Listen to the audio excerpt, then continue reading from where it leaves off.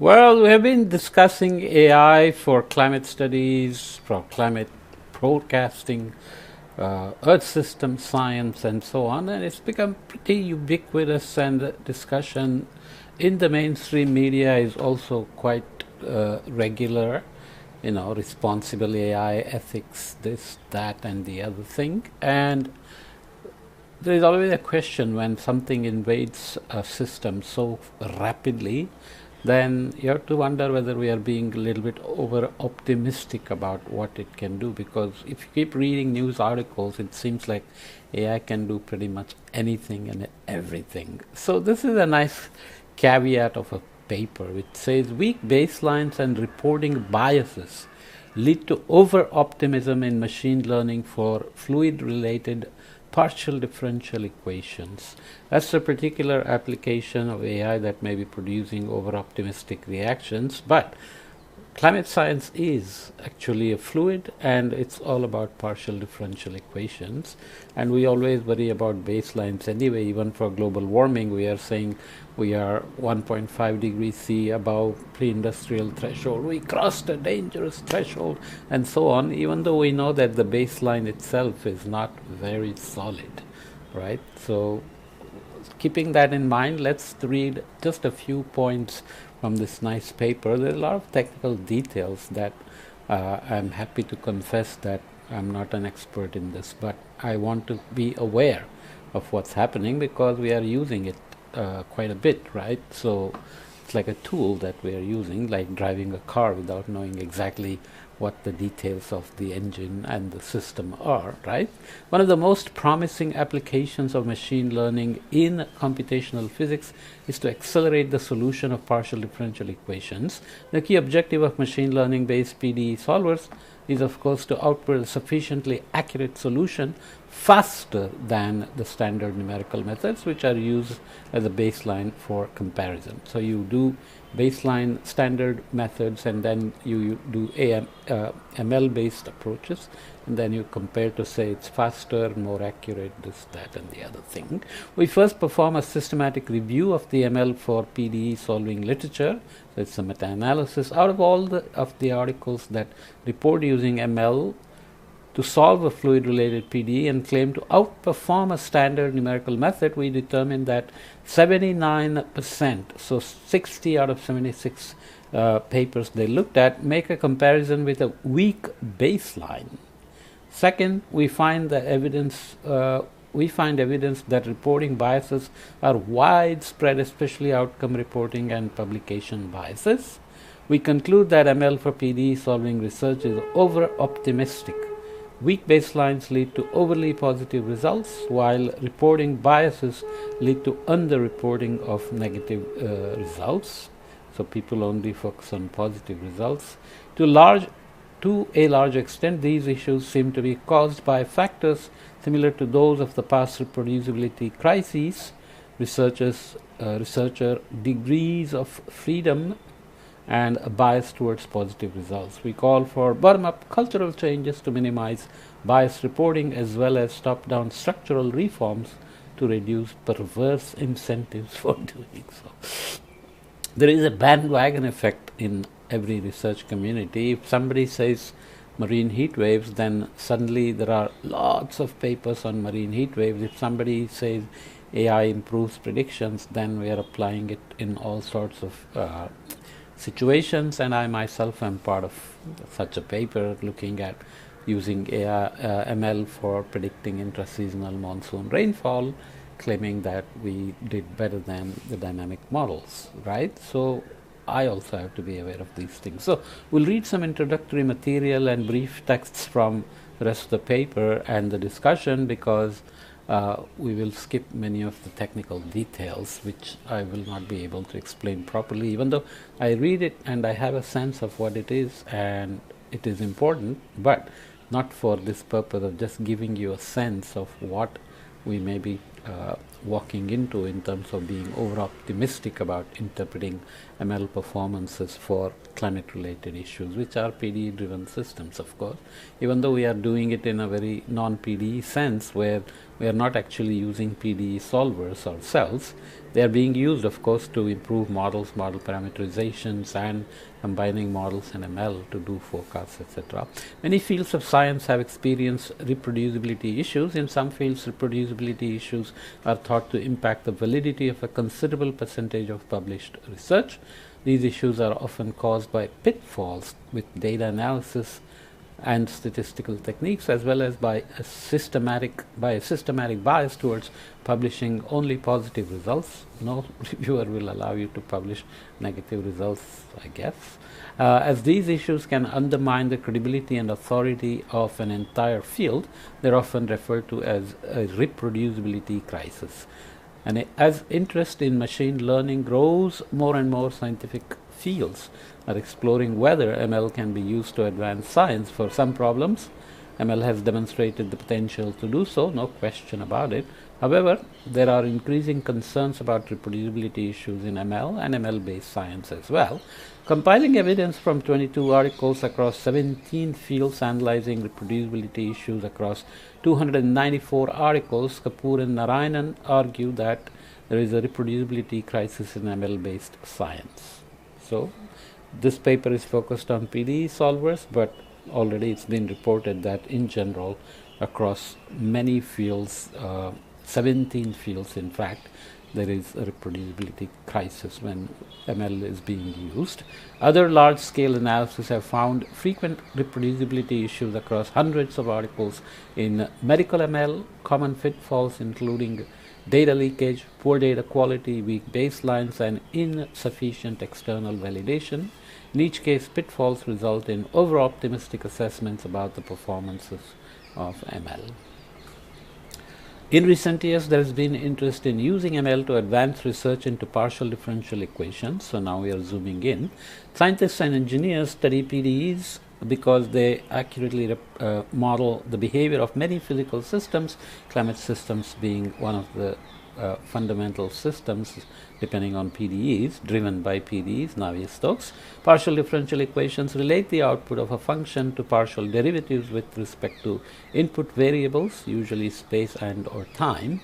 Machine learning for PDE research has mostly focused on either solving well-posed forward initial boundary value problems, ill-posed inverse problems that used data to infer equation parameters or missing data, or reduced order models that learn low dimensional representations from data, right? So many applications, many forms, but all related to PDE. So ML learning for PDE. There's a lot of text here. Let me see how much is really important to read. Computational scientists have spent decades developing numerical algorithms to approximate the solution for forward PDE problems. We call these algorithms the standard numerical methods or standard solvers, which are very common. Standard numerical methods have basic trade-off between accuracy and efficiency.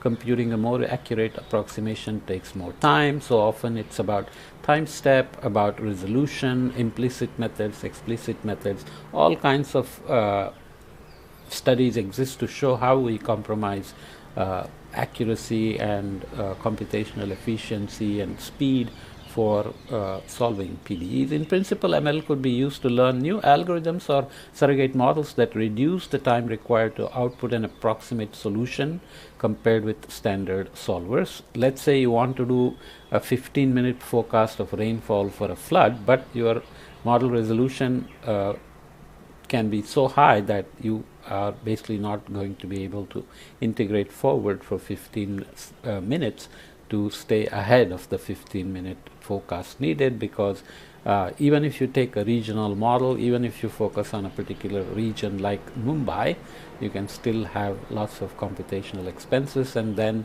if you say, well, ML can do it, it looks very tempting, right? That's what is being discussed. Faster ML-based solvers could be useful for downstream applications such as optimization, inverse problem, or uncertainty quantification, and to improve or even replace the standard numerical methods used in simulation codes for research and commercial applications. So many articles, of course, have claimed ML to accelerate the PDE solutions, but these articles compare with standard numerical methods that serve as baselines and typically use data to train neural networks as components within surrogate models. So there have been many success stories reported, but in the author's view, several ways in which this success is probably limited because of already what we mentioned. To be useful, a surrogate model, an ML-based solver, must reduce the total computational cost in downstream applications. This includes the cost of generating data, training models. So now it gets into details about exactly what you are comparing. If you train the ML model and then you are integrating forward a numerical model and comparing those, then you have left out certain parts. So that's where weak baselines can come in. Secondly, ML-based solvers have important qualitative limitations that standard solvers do not share. In particular, there are serious concerns about the accuracy when generalizing to new parameter spaces, numerical stability, and predicting chaotic systems, because if there is chaos is not in the training data, then obviously ML cannot reproduce it. In our field, climate science, it could be that you don't have regime shifts in the training data or changes in El Nino, let's say, technical terms, but you can follow up on my other podcast. Then the forecasts based on ML cannot do those things because it's not in the training data. So increasing speed in a particular context cannot be the only criteria. Thirdly, one of the most widely researched methods involving ML and PDEs, the so-called physics-informed neural networks, is known to be orders of magnitude slower than standard numerical methods at forward problems, such as solving PDEs. Furthermore, physics-informed neural networks often fail to converge to a reasonable approximation, even for simple toy problems. Okay, so the results here call to question whether ML has actually been successful at solving PDEs from fluid mechanics and related fields, as the scientific literature would suggest. We identify two issues: weak baselines and reporting biases that lead to over-optimism and affect the interpretation of reproducibility of ML for PDE solving research. Okay, so reproducibility issues at present, the scientific literature has to be dealt with in this sense of reproducibility issues, and it cannot be reliable unless there is confirmed reproducibility, right? You have one paper of, let's say, we did dengue forecasting with AI, then that result looks very impressive, but you need to make sure that baseline is there, and then the results can be reproduced and also works at other places. So there are always strict tests that we have to go through, right? Let's read a bit about weak baselines. Machine learning based PDE solvers use neural networks, deep learning, and other techniques for ML to output approximate solutions to forward PDE problems. To determine whether ML can improve the efficiency of PDE solvers, ML-based solvers must be compared against standard numerical methods that serve as a baseline. These comparisons must be fair to reach accurate conclusions. A fair comparison should not overestimate or underestimate the performance of either method that are being compared. Underestimating the performance of a baseline is called using a weak baseline. In ML for PDE solving research, we observe two common pitfalls that lead to weak baselines. As a result, we introduce two rules, rules 1 and 2, that must be followed for comparison between two ML solvers and standard numerical methods to be fair. We also introduced We also introduced 3 additional recommendations for fair comparisons. However, we do not require that they be satisfied to ensure fair comparison. So it's a bit of a pedagogy about where we are going and how this has to be done correctly. What are the pitfalls then in the baselines? First pitfall is to compare the efficiency of the highly accurate standard solver used to generate the training data with that of the less accurate ML based solver. The problem is that the standard solver can be trade-off the problem is that the standard solver can trade off accuracy for runtime, and so it can also be made faster but less accurate, and so on. Okay, so what are the rules? So the rule 1 makes, so let's make sure, comparing runtime between 2 methods with different accuracies could lead, for example, to the nonsensical conclusion that a method is orders of magnitude faster than itself. Thus, rule 1 is to make comparisons at either accuracy or at either equal accuracy or equal runtime. To satisfy rule 1, either reduce the resolution and or number of iterations of the standard solver until the 2 methods have either equal accuracy or equal runtime, or a proxy for runtime. That makes sense, right? You cannot just compare high resolution model with higher accuracy to ML, which is faster but accuracy may be not the same, or it is running slower but accuracy can be accomplished. Secondly, demonstrate that reducing the resolution of the standard solver any further would give worse accuracy than the ML based solver. Some details, but you get that. The second pitfall is to compare with a numerical method that is far less efficient than a state-of-the-art method for that problem. State-of-the-art numerical methods can be orders of magnitude faster than less efficient numerical methods. Choosing the right algorithm for a given PDE can be difficult and requires combination of expertise, background knowledge, and effort. So thus rule 2 is to compare with an efficient numerical methods.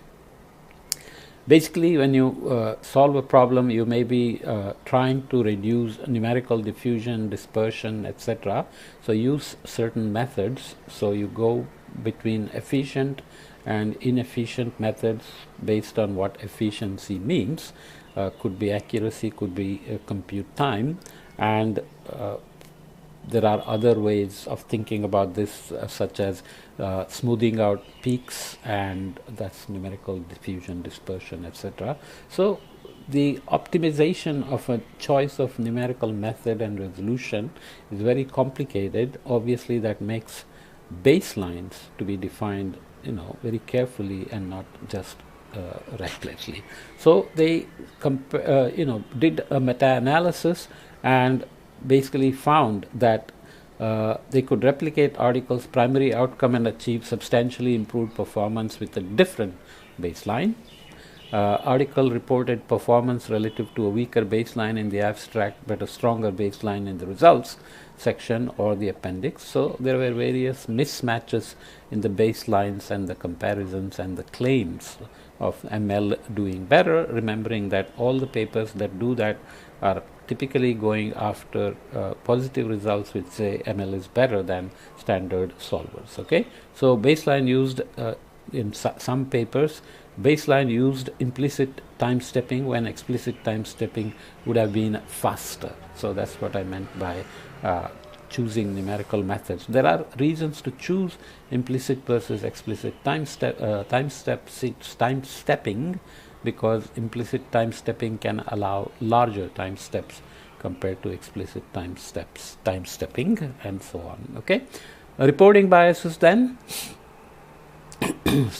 Reporting biases in an umbrella term is an umbrella term for a set of biases that can arise when the analysis, reporting, and or interpretation of research findings are influenced by the nature and direction of results. Type of reporting biases include publication and spin biases and different flavors of outcome reporting biases, such as p-hacking, selective reporting, outcome switching, data dredging, so statistical significance claims, and so on and so forth. I will not go into more details, but basically they are saying papers are not being very clear about the limitations. What they did was actually redo some of the things. So they look at specific articles and number of citations they got, starting with the top one, and then primary outcome as reported, such as up to 1,000 times faster, and then see whether rule 1 and 2 were followed and whether there was a fair comparison. So they go through. You can see some are doing well in all of them, some are failing in 2, some are failing in all. Here this says the Yang et al. Got 102 citations. It's a drastically faster ML compared to standard solver, but they didn't meet rule 1, rule 2, or they don't pass the fairness test as defined here. And there are other papers as well doing the same thing, failing all the standards being asked for by these authors. Okay, what are the limitations then? This analysis has 3 main limitations. First, the systematic review only considered forward problems and PD related to fluid mechanics. Although this is a large research area, much of the research on ML for scientific simulations was not analyzed. So exclusion criteria was used in doing the meta-analysis, which is essential. It's unclear whether these reproducibility issues are also it's unclear whether these reproducibility issues also affect research using ML for inverse problems, solid mechanics PDEs, quantum mechanics PDEs, and high dimensional PDEs. So climate science will probably fit into high dimensional PDEs. Second, we do not have proof, only evidence that reporting biases are causing negative results to be underreported. So they are they are deriving this conclusion from the meta-analysis. It's possible that other factors could be contributing to the evidence that we have presented, although we are unsure whether what those factors might be. Third, the bottom left column in figure 1, we'll look at this in a minute, is an estimate. There is also some uncertainty in the bottom center column, albeit less so, and so on and so forth. I won't read all of these, but here is figure 1. The cumulative effects of weak baselines and reporting biases on samples A and B. So you have negative results, positive results, neutral or no results. So weak baselines lead to so let's read this properly. The cumulative effect of weak baselines and reporting biases on samples A and B.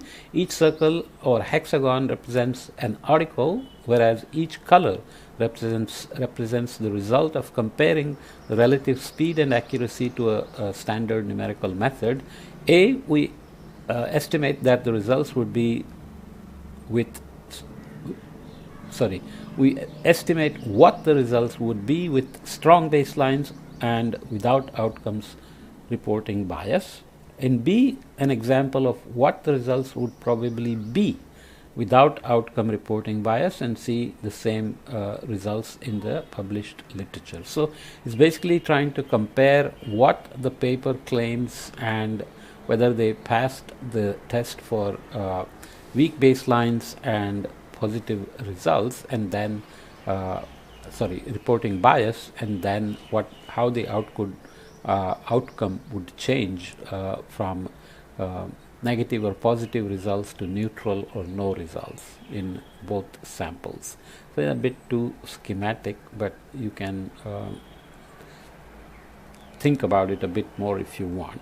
But the main point is still the same, that you want to have good baselines and no reporting bias, negative results versus positive results, share all of them, and just set up the standards of how to compare one or the other or both, speed, accuracy, but the choices of standard solvers versus ML have to make sure that you are comparing apples to apples and not apples to oranges or apples to metal balls or something, right? So discussion, to some extent the issue of weak baseline, especially violation of rule 2, seems to be caused by 3 factors specific to this subfield of PDE solvers, forward, not inverse, a lack of domain expertise in the ML community, insufficient benchmarking by the numerical analysis community, and little awareness of the difficulty and importance of choosing a strong baseline. Although benchmarking is a critical way of evaluating model performance in ML research, numerical analysis research tends to focus more on the theoretical properties of the algorithms. So they are very, want to reduce errors, be as fast as possible, be as accurate as possible, be as stable as possible, and so on. Furthermore, the relative performance of different numerical methods depends heavily on PDE parameters and implementation details. It can be quite difficult even for researchers with years of experience developing algorithms to solve PDEs to predict the relative performance of different numerical methods on a given PDE. We have standard equations, advection, shock equations, heat and equation, a wave equation, and so on that we use, but still when you go to a real problem, that can all fall apart. Although a few researchers have begun to informally discuss issues with baseline comparisons in ML for PDE research, widespread awareness about the extent of the problem seems to be missing. To reduce the frequency of baseline related reproducibility issues in ML for PDE solving research, we make a few recommendations for best practice. Although failing to beat a baseline should not cause an article to be rejected, failing to follow best practices when evaluating models can and should be treated as grounds for rejection. First, we recommend that all articles that report using ML to solve PDEs compare against two types of baselines: standard numerical methods and other ML-based solvers. So instead of just comparing numerical solvers to ML, take two MLs as well. This allows readers to better evaluate model performance and reduces selective reporting. So there is one example that they analyzed. If other ML model solvers cannot be implemented as baselines, articles should explain why. Secondly, articles should follow Rule 1 baselines when comparing against standard numerical methods, so accuracy and speed. To satisfy Rule 1, reduce the spatial resolution and or number of iterations of the standard solver until the two methods have equal accuracy or equal runtime. This is a of critical importance, but ultimately if I am making a forecast, I will only go for forecast accuracy, and how I got there can be a little bit less critical. So for publishing, to claim that ML is doing better, you need to follow these rules strictly. But in terms of practical deliverable, if I want a 15-minute flood forecast for a 15-minute forecast of rainfall for flood management, then I'm going to use the tool that will make me, it will make it possible for me to do it and not worry about baselines, etc. Right? So you have to be careful. Articles should, in a separate paragraph or subsection, discuss how the baselines were chosen and justifying why the comparisons are unbiased, and so on and so forth. So there is a fourth one. Aside from Rule 1 and 2, we make 3 additional recommendations for fair comparisons, which is in the methods section. I'm getting a phone call which is likely a wrong number, but give me a second here. Let me pause. As I told you, it's a wrong number. Somehow my number is mixed up with some other number, I suppose. So let me go back to the PowerPoint here. Sorry about that. Oops, there's a pointer. Oops, where am I? So let's read this one. Cultural change. Okay, so I'm jumping ahead and saying how they are thinking about it. They think cultural change has to occur, but it starts at individual level, research group and or department. Machine learning researchers should have widespread awareness about and understanding of reproducibility issues. So these are broader points that I'm not going to worry about. So they also recommend some structural reforms. First, ML journals and conferences could allow for registered reports. These could be peer reviewed before experiments and so on, and Secondly, funding agencies could fund domain scientists to propose and set up challenge problems for the ML community to tackle, which could be good. If an ML expert is coming into climate, let's say Google is coming and saying we are beating all other models in predictions, but they are not climate experts. They are just treating it as a ML problem. They are taking available reanalysis and other data and training their models and then making forecasts, and nobody is worried about baselines and what exactly is being compared. So that's a good example of why you need climate community to say this is how you would test your model against ours. Okay, so funding agencies can do that. There must be a way of verifying whether or how well the problem was solved.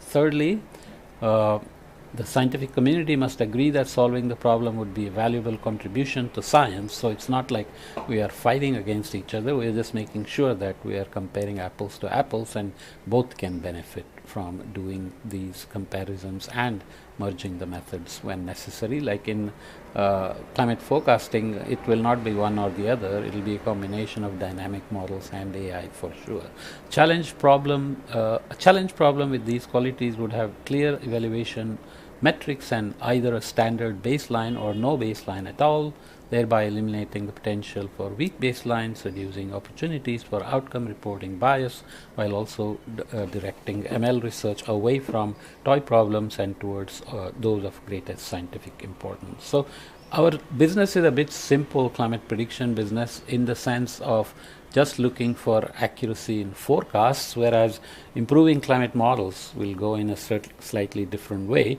If we replace the radiation module or parameterizations or clouds in the dynamic models with AI ML approaches, then we still have to have better model output, and then those models will be used for forecasting. So skill has to improve, or speed has to improve, because speed is very critical for making forecasts as well. Okay, so as I said, I'm not an expert in this, but I'm understanding all the points.